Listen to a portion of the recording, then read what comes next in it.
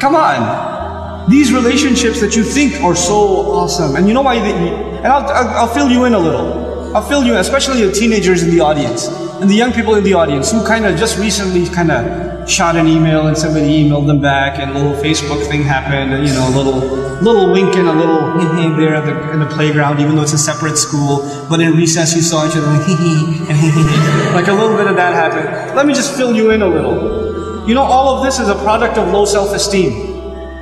You think you're ugly. So if a guy thinks you're cute, you're like, really? I'm beautiful?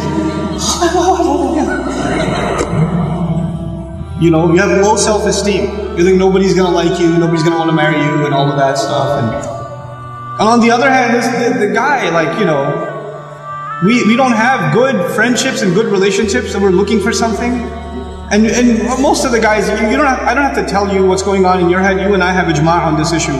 The things that go on in our head. There's no reason for me to explain all of that to you, you know. But, you know, just because you have raging hormones and you're like daydreaming about girls and things like that, it doesn't mean that you're in love. It just means that you haven't controlled your temptations yet. And you're ruining somebody's life. You're ruining an entire family. Do you realize what you're doing? And you call it love? You tell me, if she was like 50 pounds fatter, you still be in love? It's supposed to be a life. She's the same person, same ruh inside her jasad, right? If she was a burn victim or something, if her hand burnt off, or her ear was missing, you still be in love? Or you find somebody else to love all of a sudden? And if you can't answer that question honestly, then come on, you're not in love, you're just hormonal. That's all you are, you know? This is what we've done to relationships that are supposed to be beautiful. Marriage is supposed to be a beautiful relationship. It's supposed to be a lifelong relationship. It's supposed to be a lifelong relationship. But because you're watching all of these models on TV and stupid, like, you know, women that are just throwing themselves at men and all this stuff, and you've developed this delusional concept of what it means to have love in your life. Delusional concept.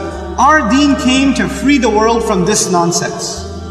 To free it, because we have a more mature understanding of what it means to have love in your life. You know, to have. I'm not saying you shouldn't marry someone you like. You should. You should be attracted to your future spouse. All of those things are fine, but there's a decency that you have to exhibit before then. You know, and if you're okay with talking to a girl like that, you should be okay with somebody talking to your sister. You're okay with that too? Not if you have any ounce of decency left inside you. If you do, then, you know, this is how we have to end these things. And now if you've been in that kind of relationship, or you're in one of those relationships right now, nobody knows. Only Allah knows and you know. Don't raise your hand, please. Right? What I'm saying, you're like, oh, after today's lecture, I have decided I no longer want to be your friend. You know, don't even write that, because even then you're looking for a response. You're kidding yourself. And then you're checking, did she write back? Yes, we should no longer be friends. And you'll write back, you're right, we really shouldn't be friends anymore. And then she'll write back, yeah, never again. And then you're still doing it. Just stop, just cut it off. Just cut it off. It's not good for you. And guys, I've done a whole series on shame, so I won't repeat the whole thing because it took hours and hours and hours, but I will tell you this. It's okay to be attracted to a girl. Allah put that in you. You're not evil for finding a girl beautiful. It's not haram for you to feel that way. You have to control it though. You have to control yourself. Our deen teaches us self-control. And if you cannot exhibit self-control in one aspect of your life, you'll lose self-control in other aspects of your life. Same thing for you. Same thing for you. Control yourself. Control your giggle. Control your overly friendly demeanor in certain situations. Don't be oblivious to, don't say we're just friends, or he's like a brother to me. If he ain't your brother, he ain't your brother. That's it.